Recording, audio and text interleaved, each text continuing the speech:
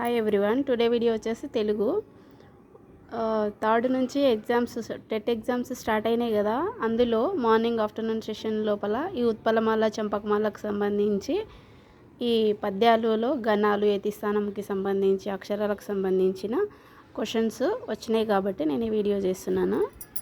వీడియోలోకి వెళ్తే ఫస్ట్ పద్యాలు. ఉత్పలమాల చంపకమాల శార్దూలం మత్తేబం వచ్చేసి ఇవి వృత్తాలకు సంబంధించి. వీటి ఉత్పలమాల ఫస్ట్ ఎలా గుర్తుపెట్టుకోవాలి అంటే ఉత్పలమాలకు సంబంధించిన గణాలు వచ్చేసి బరనబ బరవ, యతిస్థానం 10, అక్షరాలు వచ్చేసి 20. చంపకమాల నజబజ జజర, యతిస్థానం 11, అక్షరాలు 21. శార్దూలం మసజస తతగా, యతిస్థానం 13, అక్షరాలు వచ్చేసి 19. నేనైతే ఎట్లా గుర్తుపెట్టుకునేదాన్ని అంటే ఇట్లా గుర్తుపెట్టుకునేదాన్ని. ఫస్ట్ ఉత్పలమాల వస్తుంది, తర్వాత చంపకమాల, శార్దూలం, మత్తేబం. ఇక్కడ లెటర్స్ ఊ తర్వాత చా తర్వాత మా రావాలి, కానీ షా ఫస్ట్ వచ్చింది అనేసి అట్లా గుర్తుపెట్టుకునేదాన్ని. అంటే యాక్చువల్గా అయితే ఈ సీక్వెన్స్ చూస్తే శార్దూలం లాస్ట్ రావాలి, కానీ మనం అట్లా గుర్తుపెట్టుకోవాలి శార్దూలం అనేది లాస్ట్ వస్తుంది అనేసి ఇవి సీక్వెన్స్.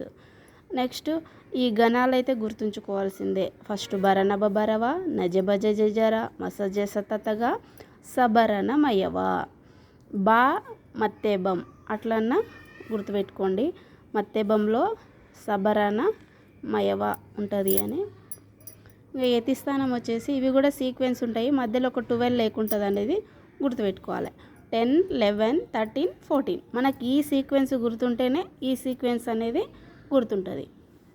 నెక్స్ట్ 20, 21 ఫస్ట్ పెరుగుతుంది, 20 నుంచి 21కి వెళ్ళి మళ్ళీ ఒకటి తగ్గి 19 to 20 వస్తుంది అని అట్లా గుర్తుపెట్టుకోండి, అట్లన్నా గుర్తుంచుకోవచ్చు. నెక్స్ట్ కందపద్యము, ద్విపద, ఇవి జాతి పద్యాలు. ఇవి కందపద్యము, ద్విపద అనేవి జాతి పద్యాలు. కందపద్యంలో వచ్చేసి బజ్జస నల గగ అనే గణాలు కలవు. 4వ గణంలోని 1వ అక్షరానికి యతిమైత్రి చెల్లుతుంది. ద్విపదకు వచ్చేసరికి 3 ఇంద్రగణాలు ఉంటాయి, 1 సూర్యగణం ఉంటుంది. అన్నిట్లో కూడా 4 పాదాలు ఉంటాయి, ద్విపదలో మాత్రమే 2 పాదాలు ఉంటాయి. 1, 3 గణాల మొదటి అక్షరానికి యతిమైత్రి చెల్లుతుంది. ద్విపదకొకటే యతిస్థానము వేరే ఉంటుంది. ఇంకా యతిస్థానము ఆటవెలది తేటగీతికి కందపద్యానికి 4వ గణంలోని 1వ అక్షరానికే యతి చెల్లుతుంది. ఆటవెలదికి వచ్చేసరికి 3 సూర్యగణాలు, 2 ఇంద్రగణాలు, 1, 3 పాదాలు ఒక రకంగాను, 2, 4 పాదాలు వచ్చేసి 5 సూర్యగణాలు కలవు. ఇది కానీ 4వ గణంలోని మొదటి అక్షరానికి యతి చెల్లుతుంది.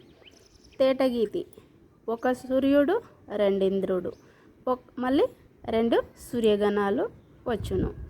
ఇది కానీ 4వ గణంలోని 1వ అక్షరానికి యతి చెల్లుతుంది. Next sesame. ఇవి ఆటవెలది తేటగీతి సీసం అనేవేమో ఉపజాతి పద్యాలు. ఇవి 6 సీసంకి వచ్చేసరికి 6 ఇంద్రగణాలు, 2 సూర్యగణాలు కలవు. 6 ఇంద్రగణాలు, 2 సూర్యగణాలు ఉన్నది సీసము. ప్రతి పాదములో 1, 3 గణాలు, 5, 7 గణాల మొదటి అక్షరానికి యతి చెల్లుతుంది. ప్రతి పాదంలో కూడా 1, 3, 5, 7 గణాల యొక్క మొదటి అక్షరానికి యతి చెల్లుతుంది. సీసపద్యము పెద్దగా ఉంటుంది, సంపూర్ణంగా ఉంటుంది. ఈ సీసపద్యం తర్వాత తేటగీతి, ఆటవెలది ఖచ్చితంగా వస్తాయి. ఇది కూడా ఎగ్జామ్లో వస్తుంది కాబట్టి. మళ్ళీ ఒకసారి ఉత్పలమాల, చంపకమాల, శార్దూలం, మత్తేబం అనేవి వృత్తజాతి పద్యాలు. కందము, ద్విపద వచ్చేసి జాతి పద్యాలు. ఆటవెలది తేటగీతి సీసం వచ్చేసి ఉపజాతి పద్యాలు. అంటే ఇట్లా కూడా అడగొచ్చు, ఆటవెలది జాతి పదమా ఉపజాతి పదమా అనేసి, లేదంటే వాటి గణాలు అడగొచ్చు. లేదా వాటి యతిస్థానం అడగవచ్చు. యతిస్థానము ఇక్కడ డిఫరెంట్గా ఉన్నది. ఒక ద్విపదది, సీసంది, ఆటవేలది, తేటగీతి, కందపద్యంది. 4వ గణంలోని 1వ అక్షరానికి యతి చెల్లుతుంది. ఇంకా సీసంకి వచ్చేసరికి 1, 3, 5, 7 బేసి గణాల యొక్క మొదటి అక్షరానికి యతి చెల్లుతుంది. ఇంకొకటి గిడ రెండిటికి లింక్ ఉంది. ద్విపదల 3 ఇంద్ర ఉంటుంది, సీసంకి డబలు 6 ఇంద్రగణాలు. ఇక్కడ 1 ఉంటే ఇక్కడ 2 ఉంటుంది. అట్లా ద్విపదది సీసంది కూడా అట్లా మ్యాచ్ చేసి చదువుకోవచ్చు. ఇంకా ఇవైతే 10, 11, 13, 14 గుర్తుపెట్టుకుంటే సరిపోద్ది. ఏదైతే అక్షరాల సీక్వెన్స్గా మనము లెటర్స్ పరంగా తర్వాత చా తర్వాత మా రావాలి, కానీ షా వస్తుంది. షా థర్డ్, మత్తేబం అనేది లాస్ట్ అనేది గుర్తుంచుకోవాలి. ఇవి గుర్తుంటే మనకి ఈ సీక్వెన్స్ కన్ఫ్యూజ్ కాకుండా పెట్టడానికి అవకాశం ఉంటుంది.